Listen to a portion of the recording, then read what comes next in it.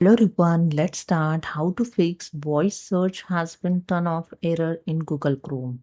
Go to the right hand side, click on the three dot and click on the second last option settings. And here the left hand side, click on the privacy and security, scroll down and click on the site settings option. And here click on the microphone option.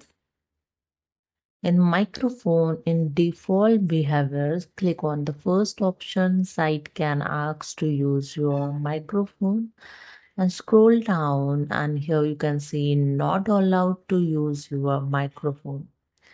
You can just delete this website to not allow your microphone. Okay. And that's it. To that, add the new tab and here in Google, click on the your search by voice and click on the allow while visiting the site. Now you can speak here and your error will solve. Hope you understood. Subscribe to channel. Thank you.